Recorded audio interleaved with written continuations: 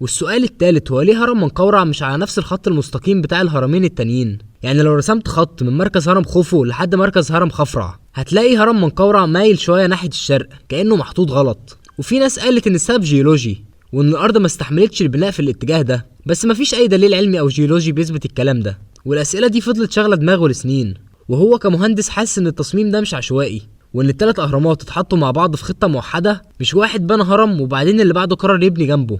وفي ليله وهو في رحله سفاري مع اصحابه في قلب الصحراء، وكان ماشي مع واحد صاحبه بيحب الفلك، فصاحبه شاور له على مجموعه نجوم في السماء وقال له شايف الثلاث نجوم دول مش على نفس الخط، والنجم الثالث مايل شويه ناحيه الشرق. بوفال بص للنجوم دي وخطرت في باله فكره غريبه، والنجوم دي هي نجوم حزام الجبار او حزام اوريون، وفي تطابق عجيب بينهم وبين الاهرامات، يعني نفس الترتيب ونفس الانحراف في النجم الثالث، وكمان نفس المسافات النسبيه بالظبط زي اهرامات الجيزه. وهنا بدأ بوفال يجمع الخيوط، مش بس ترتيب الاهرامات زي نجوم اوريون، لا ده حتى احجامهم متناسبه مع لمعان النجوم، وهو ده التصميم الموحد اللي كان بيدور عليه من زمان. والمصريين القدماء كانوا بيقدسوا حزام اوريون، ده معناه ان الاهرامات ما كانتش مشاريع منفصله، لا دي خطه هندسيه كبيره ومبنيه على عقيده سماويه وفلك متقدم جدا.